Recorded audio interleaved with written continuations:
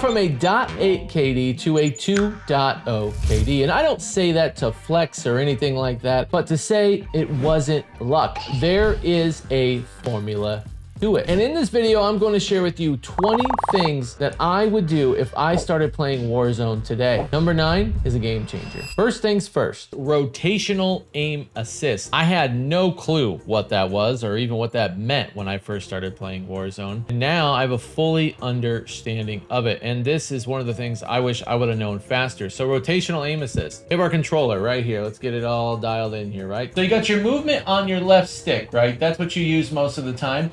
Then you have your aiming on your right stick. Now, what we get wrong is we keep aiming with this stick. That's what we think we need to aim with. And a lot of people have shown, and it's a proven point, that rotational aim assist is almost like aimbot. So what you want to do when you're in a target is you want to circle very micro circles, not big, so then your character moves everywhere. But when you're on target, you want to move with this left stick, and you want to kind of aim with your right stick. So just you initiate that aim assist. It's that cheat code that everybody talks about on mouse and key that they wish they had and that they don't. So let's look at it in gameplay. I have my target right here, right? So then I aim down sight like that, and I shoot, and he's down, right? And I reload. Now, if you want stickier aim assist, you go left and right. Now that's too big. Now you want to go micro adjustments as you're shooting, because then it will stick to the player better. So if I'm walking, like watch, this is aim, like if I'm no rotational aim assist, maybe a little bit, but if you go watch it stick.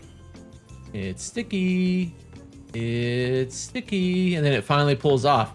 Now now what most people do wrong is they aim and they're moving around like this. This doesn't cause you to have rotational aim assist when I do this. You have to do it with your left stick. So if you're really going after it and really learning, rotational aim assist is going to be the one you want to focus on and practice on.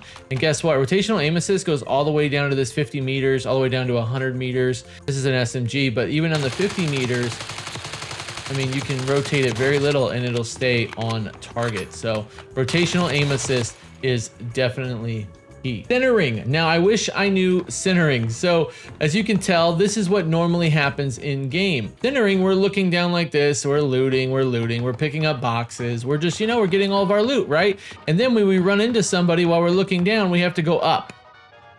See that momentation? I have to go up. I've got to go up and I got to shoot because I'm looking down. You don't want to look down. You want to center. So see my dot right here? It is centered. Constantly working on centering on the chest of that guy. So I still can loot without looking down. And if I go into a gunfight and this guy's in front of me while I'm looting, I can go on and snap just like that. And I'm aimed at the chest and the head. So centering is really important. You want to work on centering, keeping your center pace right there. You might have to adjust your dead zones if you have an older controller, but as you can see, I'm keeping it centered on my target. Like wherever you want to go, you want to try to keep it center of your screen. And then you can, like I said, pull up and shoot. If you're looking down, you're going to lose the gunfight because you're going up like this. You don't want to go up like this, because look how slow that is. So if I go up and then shoot, I'm already gonna die because of that delay. But if I'm already up here and I'm picking up a box or looting, and then I lock on, I can hit chest and head very quickly. Now, feeling aim assist is something completely different. You need to learn what aim assist feels like. So you need to go in, like I am here at the firing range, back up a little bit, put your center target there, and then just you move it, right? You feel it pull on your controller. It's gonna pull, like you gotta really kind of force it out of the aim assist. Learning that feeling is huge, because once you master that feeling, you'll be able to know when you're in aim assist and when you're not in aim assist. And this really plays a part in sniping. Let me show you here in the range with a sniper. So when you're sniping, same idea applies, but when you're centered and your aim assist, you want to flick up. So you want to go like this, flick up, just like that. So you flick up. So aim to chest, and then you feel the aim assist movement when you flick up to the head. That's huge on snipers because it's a little bit different. The hitbox is still there, but you want to flick up to the headshot. So when you're aiming on a sniper with aim assist, flick up and you get the headshot. You can see here I'm doing very well, but you flick up and you get the headshot. That's how you feel the aim assist. It's like you kind of, it's there in that box, and this is your aim assist box. Then you want to make sure on a sniper you get a headshot, so you always flick up. Aim to the chest, flick up. That's how you feel that aim assist. And you can just, I let go of my controller. I let go of my controller, and I will show you what I mean by that. I do it this way. I have my controller. So when I'm sniping and I'm flicking up, I go like this, like that. Flick up. You flick up. You flick up. That's it. Because that aim assist will hold it. So you aim at the chest, flick up, headshot. Flick up, headshot. But I literally let go of the thumbstick. I let Jesus take the wheel here, or aim assist take the wheel here. Flick up. And that's how I get better headshots in my sniping. Moving on to the next one is settings and having the right controller settings. Now, it's not just a settings video, so I know what you're thinking, and I've done this and everybody done this, but you look up like best controller settings on the web. I've made videos like that, but you also have to take with a grain of salt that I have a different controller than you, I play a different sensitivity than you, my play style is probably different than yours. I didn't realize that till later on when I was knee deep in Warzone, that like I'm copying Swag settings or I'm copying Jowo's best settings, and they both play different than me, or Iceman Isaac's settings.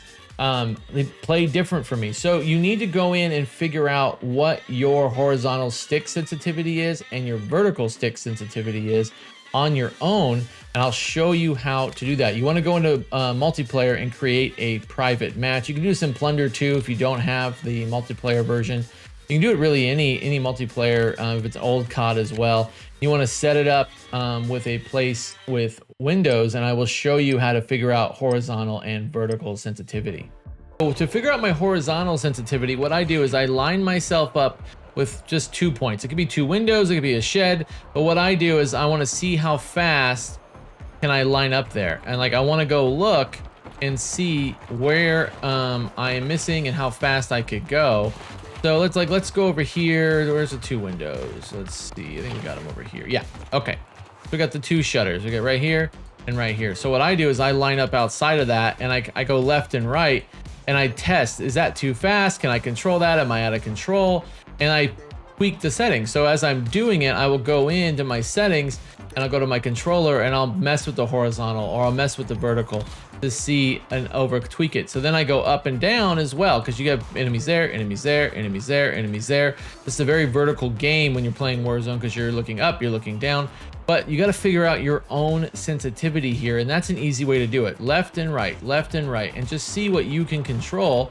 This is where I feel comfortable. This might not be where you feel comfortable. I know some people who play on an 8.8, 9.9, and I know the game just implemented their new system on like really ticking up and ticking down. I feel comfortable at a 1.4 and a 1.6 because I have my vertical go a little bit faster, because you are looking up more in this game. So if I'm looking up, I'm shooting here more when I'm running through buildings on Rebirth, on Area 99.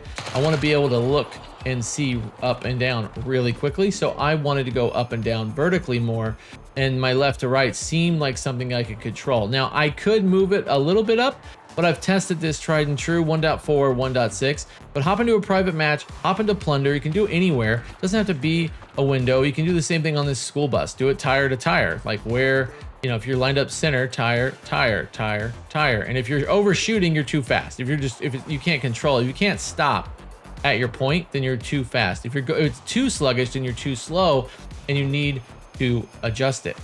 Moving on to number 5, which is recoil control. And what I mean by that is I didn't understand where the recoil was. So, and how it shifted. Maybe it went left, maybe it went right, maybe it went vertical, maybe it was horizontal. So when you're putting on attachments, I was like, just doing what's the meta, whatever works best. But understanding recoil control is a huge thing I wish I knew. So easy way to test this: grab your favorite gun, do not touch the right stick, just aim down sight and pull the trigger. That's all I'm doing right here. That's it. I'm not touching anything. It's out of control. But what that does, it tells me, okay, the first couple of shots, we got 1, 2, 3, 4, 5, 6, goes straight up, then it goes to the right. So I'm trying to figure out, obviously this is a fast time to kill gun, but can I control it? So when I look at it, I'm like, okay, now I'm controlling the recoil. Is that manageable? Because targets are gonna move, you know, and then I'll check the other gun. So this is a Saug or whatever MAC-10 wannabe. Same idea, they all change the recoil pattern. So watch this recoil pattern.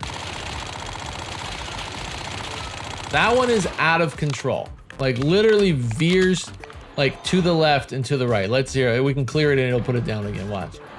All right, watch this recoil pattern. Like I'm making an S with that thing. That thing is insane. But knowing that, I'm like, okay, if I like this gun, I need to make sure I can hold still when it wants to move, right? Or I can learn this too. So this is a neat trick. So see how many bullets are there? 1, 2, 3, 4, 5, 6, 7, 8, 9, 10, maybe 11, 12. So we could reset the recoil. So what I mean by that is you aim here and then let go and then reset. Every time you let go of that trigger, it resets and it'll be back to center. So you interrupt the recoil pattern. So just understanding recoil control based upon the gun that you're using will go a long way, whether it's an SMG or not, and resetting that recoil pattern, right? So let's look one more time. This one goes straight up like that. So maybe I want to reset that recoil pattern. This one is not too hard to maintain, but if I would go like this, and then I would reset, and then I would reset. And it's gonna constantly reset. That one's easier to control. But just understanding, you're like, hey, I really like this gun, but it's hard to handle. Go in here, clear it out, add in the dummy, add in the wood, and then just find out the recoil pattern and just master it from there. Because it doesn't matter if the gun is meta, if it matters how it feels in your hands and if you can control it. And if it's meta, but you can't control it, it doesn't really matter. You're not gonna get any kills. So learn the recoil control patterns. That will be vital for your success inside Warzone. Understanding your weapon limits. So what I mean by that is if you're in the armory and you're building your gun in the gunsmith, you can click your right trigger. That is a lot of information. I understand. There are a couple things you want to learn and understand when building your gun. Let me show you. Damage distribution is a big chart, but the cool thing here is it gives you the damage per body part. So what that means is going into your Warzone game with this gun, if I shoot a shin, it's 29 points. If I shoot a stomach, it's 29 points. If I shoot a chest, it's 29 points. And if I shoot a neck, it's 29 points. But the 30 point is the headshot, which is 10 headshots is 300, which is a down. Knowing that, most guns are like 20 in the shin or 24, and then they scale up. On an XM4, it's pretty consistent. So you don't have to have the greatest aim. So knowing that is good.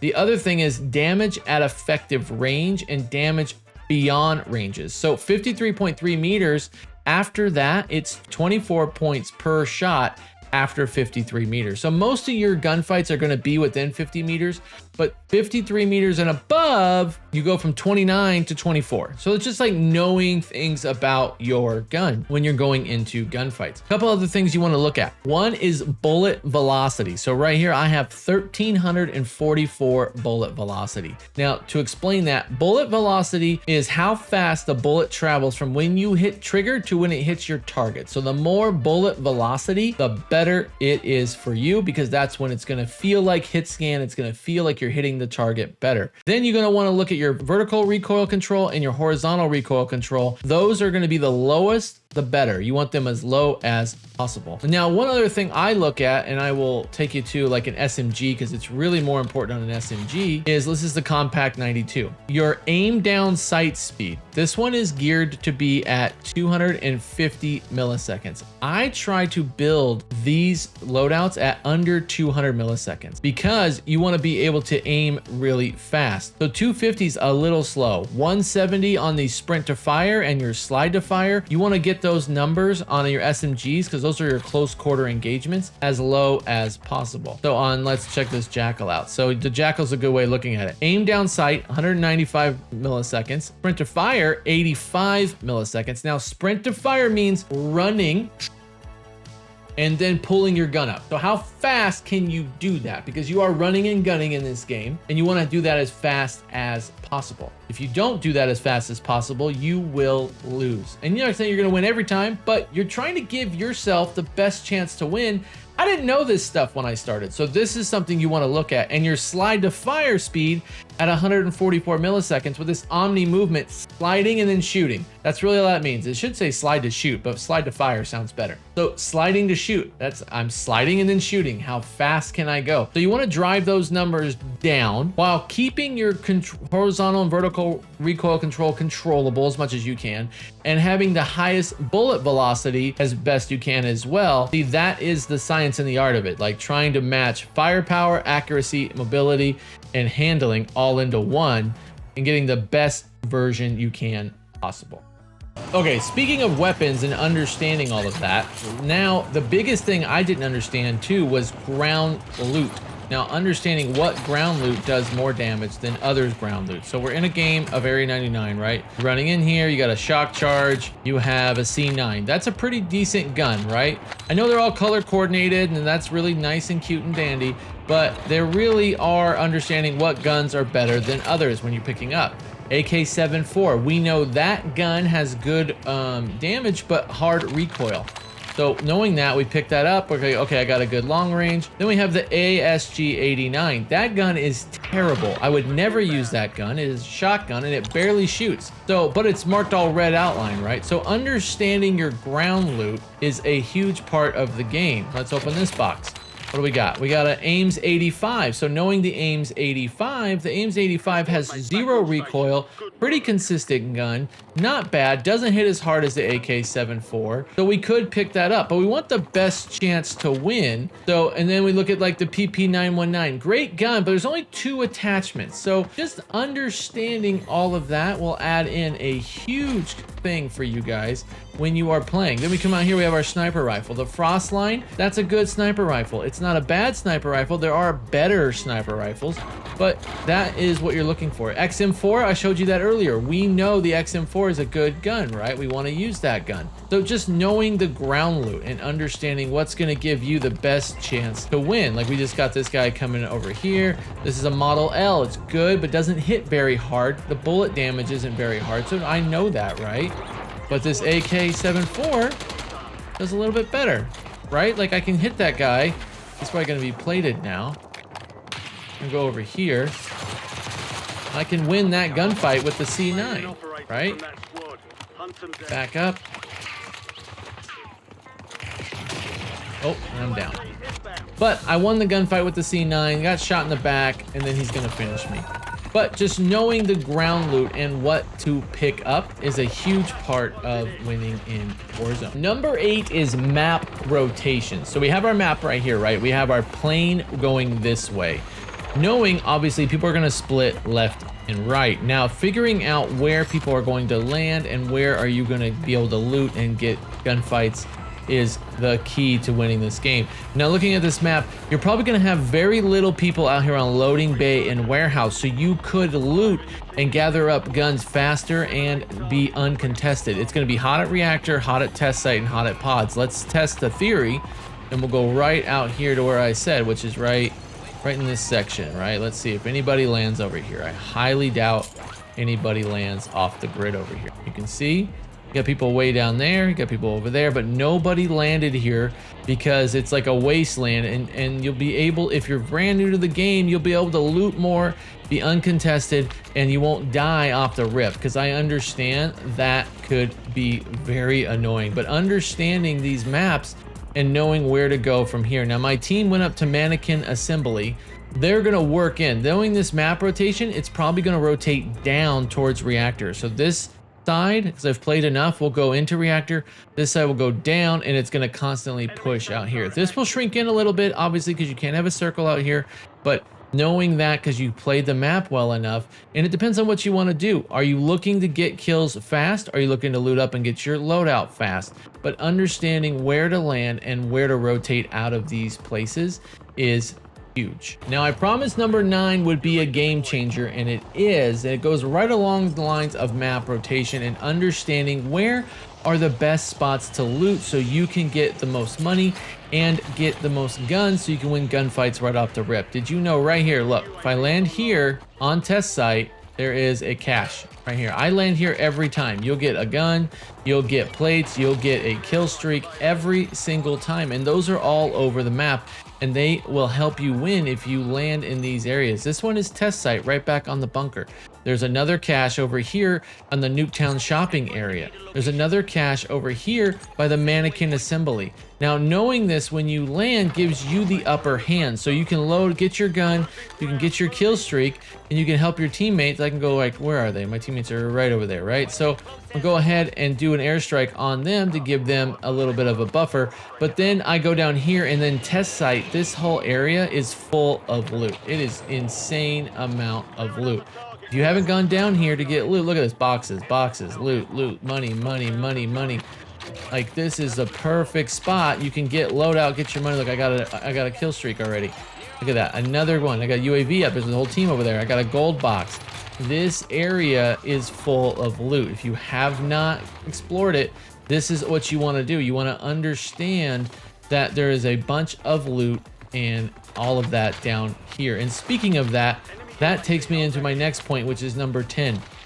Understanding the map in general, okay? Now, I know it gets quite boring, right? You're landing in the same spot. You want to land all over the map and you want to learn, and it's new and it's fun. Once you do that a few times, that's great. But what you want to do is land in a specific area. Land in test site 10 times. Land and understand it. No, there's a hole here. There's an exit here. There's an exit over here. There's a way to get in over here. There's a door here. There's an exit right here. I know all that because I've landed here enough. So when I want to like regain or I want to outsmart the enemy, I can do that by landing and learning areas that I don't know before. So I land in an area probably 10, 20, 30 times. I started doing this in Verdansk. Big shout out to Iron. He taught me this when watching his videos of learning port and stuff like that. Now I apply it everywhere. So I land here 30 times, then I'll go over to pods and I'll learn pods. Then I'll go over to manufacturing, I'll learn manufacturing. They all have unique things and they all have ways to win gunfights in different peak areas that you can learn. But once you learn them, you're good to go. Like, I know there's a buy here. I know there's gonna be a bunch of contracts here. I know this can be heavily contested and can't be. It just depends. I have the UAV tower here if I wanted. Like, it has enough here for me to do everything and know the buses and know there's gonna be boxes here. I'm just saying, guys, this is an easy way to learn the map and understand how to get in and out of gunfights. Speaking of loadouts and game, you need to understand who's going to be calling the shots. Who is the IGL? Who is the in-game leader, right? So we have 4 people here. You're playing with randoms. Most of the time you're playing with your friends though. So you're gonna wanna know who is the in-game leader. Is it gonna be you? Is it gonna be them? Who's calling the shots? Communication is important, but in-game leader is important too. Are you more of a non-opinionated player? You just want to run and gun, or do you want to call the shots? Do you understand the map where you can be left on and people listen to you? They're like, hey, go over here. Hey, let's go over here. Hey, let's rotate this way, because you know what? If we rotate this way, we're gonna have a ton of people less on mannequin. See, these guys right now, we have an advanced UAV up and everybody is over there. So we have this whole side of the map to ourselves. So who is the in-game leader? Make sure you kind of unofficially, officially assign one, and that would be the best yet. Number 12, playing to your strengths, okay? So what I mean that is, I have a Jackal and a Kar 98, right? What am I better with? Am I a better sniper? So am I better at doing this, like hitting this guy? Am I good at that? Well, I missed. I hit him once. He's up there, right? So am I good at that? Down that guy. So Tommy Shelby is dead. Courtesy was just standing there. Or am I better at AR SMG? So I would be like, oh man, I'm really trying to get good at this gun. I want to use this gun, but it's just not my strength. My strength is sniping. I'm a better sniper than I am anything else. Like, I know using a Kar 98 or a Frostline or any other gun, I am better at sniping. Now, knowing that, like, watch this guy. Oh, he ducked. See, got him. You know, like, knowing that is key, right? So I want to snipe more on my team, knowing I am better at sniping. This guy just got shot from over here.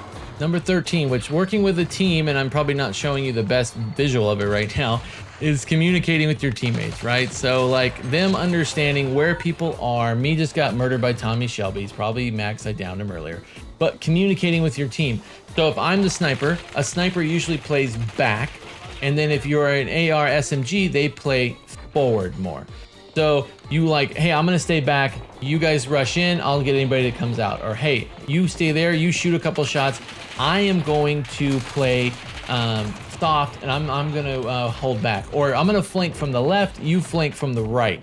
Understanding having that communication is key. And then most of the time you're like, playing, looting, killing, and you're just not playing together. And when you're not playing together like that, you're gonna lose more gunfights. It's not going to be that effective. You need to be playing together and communicating on where everybody's going and having a strategy. Like I said, one sniper sits back, one goes after it, just the way it works. I just got bought back.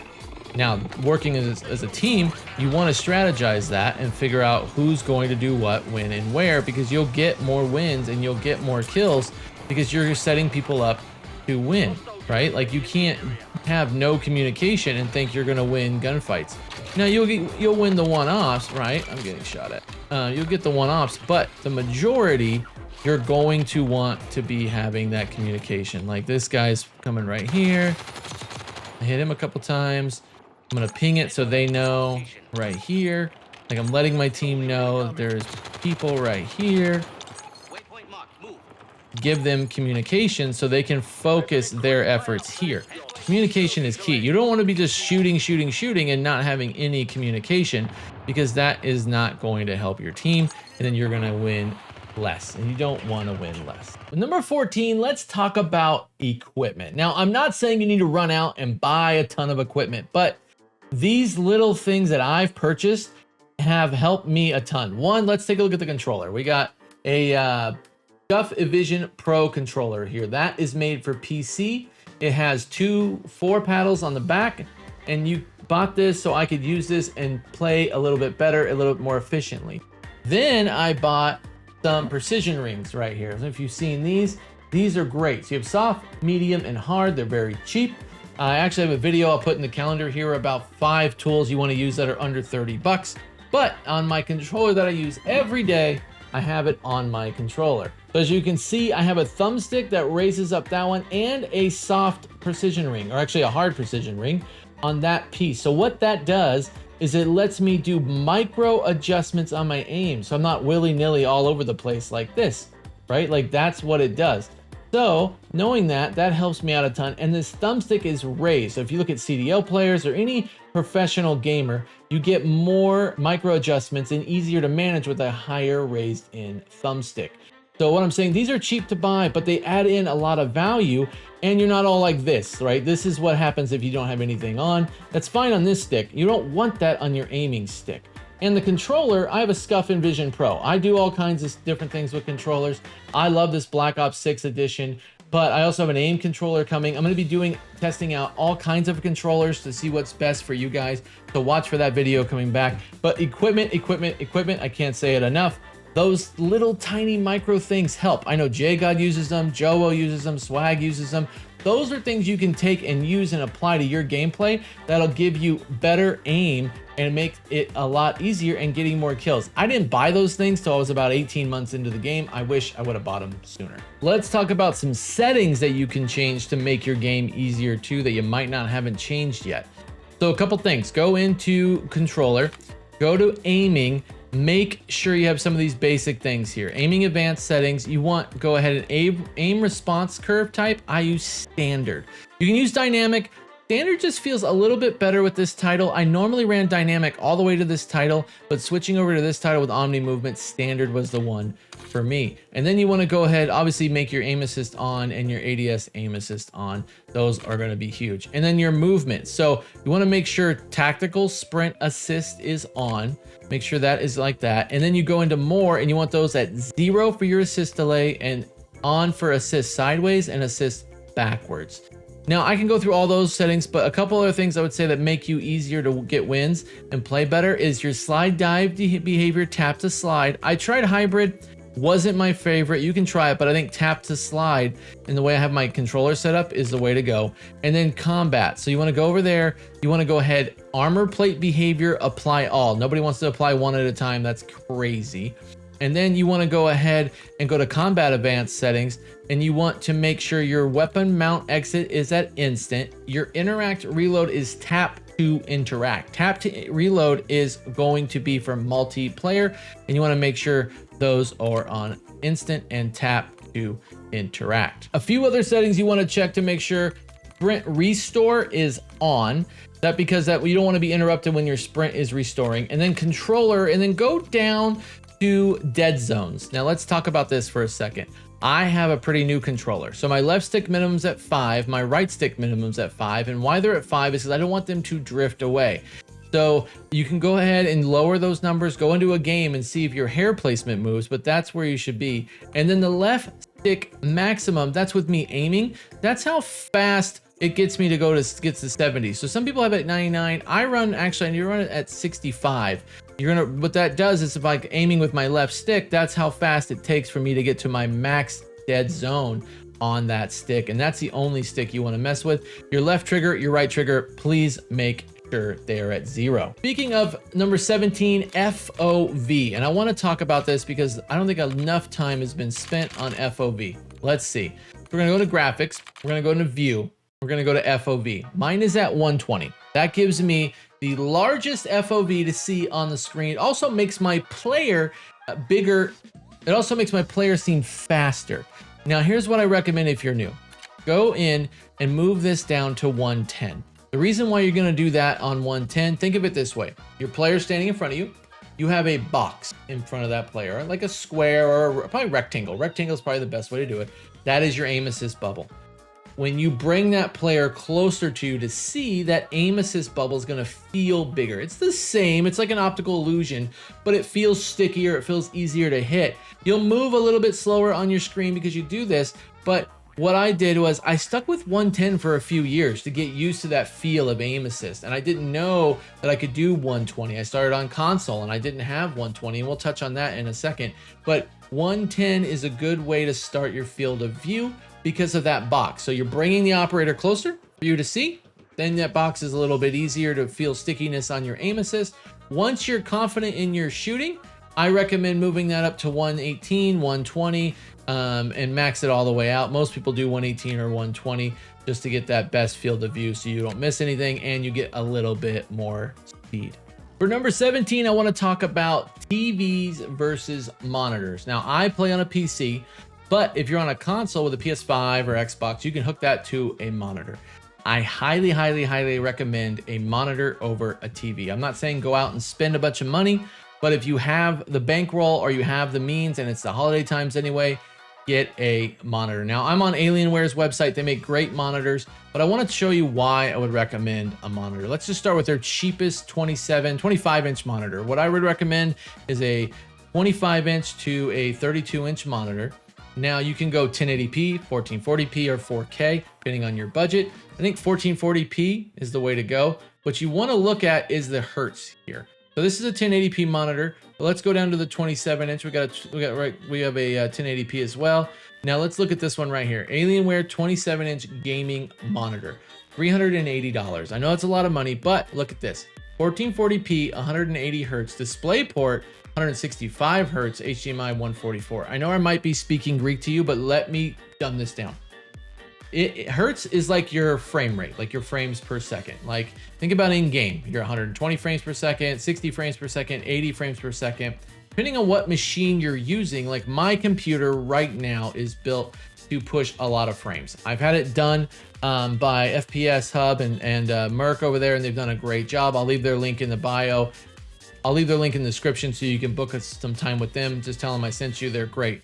But what they do is they maximize these hertz. So I want to get as many as possible, or frames per second. So if I can get my machine up to 180, that's great. Now a TV, you're only going to max out at like 120. And TVs are quite a lot bigger. So you gotta you're on a 50-inch TV on your sofa. I'm not saying if you can't change it, don't change it. And that's totally fine. But if you have the ability, you're going to want a monitor. You don't want a TV that doesn't have good refresh rate. You don't have a TV who has good hertz. And when I say refresh rates, look at the response time here, 1 millisecond. TVs do not run 1 millisecond. That is the things going across your screen. If you're wondering what refresh rate is, that is how things refresh on your screen, like how fast they can refresh. In gaming modes, you're gonna want the response time as less as possible. You can get monitors all the way up to crazy prices. I just ordered this 27-inch 360 hertz 0.03 refresh rate because I play the game a lot and I was able to afford it with my budget. Like I said, your budget might not be able to afford that.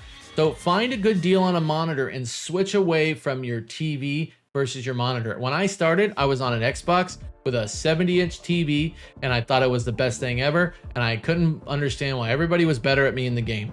Now, I'm not saying if you switch to a monitor, you're going to be the hero and get a ton of kills, but again, we're putting you in the best spot to win and giving you the best tools to use to get more wins and get more kills. Having a monitor versus a TV will definitely do that. Rolling into the next thing you want to do is practice with aiming assist off. You want to go in, set up a private match in multiplayer, or you can do it in Plunder. Go over to settings, go to controller, then you want to go and target aim assist and turn that off. I'm going to go ahead and start the mode here. Now, the reason why you want to do that is you want to practice and get some reps in before you start playing Warzone. You want to feel what it's like to aim without aim assist. The reason why you do this is because when you turn aim assist back on, your brain and your hands are going to feel like, oh my gosh, this thing is sticky. This thing is so easy to use because you tried it with it off. It kind of makes you appreciate it more. You want to hop into a match here, turn up the recruit, put like 4 or 5 on the map, and then you want to go ahead and start running around the map, killing everybody with, you know, Frosty here. And like, you know, you want to feel what it's like to do it without aim assist, and it's pretty hard. And I have everybody's health turned up to 250, 300, so it's like in Warzone. And I have 5 people here, 5 bots. But you can kind of feel how it is to track. It's not easy to track without having aim assist on. Aim assist makes things so much easier, but you want to load in like this. You don't have to put the health up if you don't want to, but you just want to feel what it's like. Because see how I have no aim assist helping me there, so it feels a little willy-nilly. You know, I'm trying to pull moves, they're reloading. It makes it definitely harder to do because you have no aim assist. Look, I have no ammo, just like in Warzone right now when you can't get ammo. But yeah, that's what you want to do. Then what you want to do is go ahead and I will turn aim assist back on. So controller, I'm going to go down to aiming, turn it back on. I'm going to let them kill me. Go ahead. This is the hardest thing to do, is die.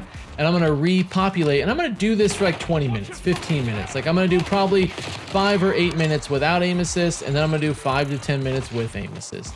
And then you kind of feel it when you're playing that you now have aim assist, right? Go find the bots. Like now I'll have it, right? So I'll slide over here, and then I can feel it just drag with me. Like I don't have to do anything.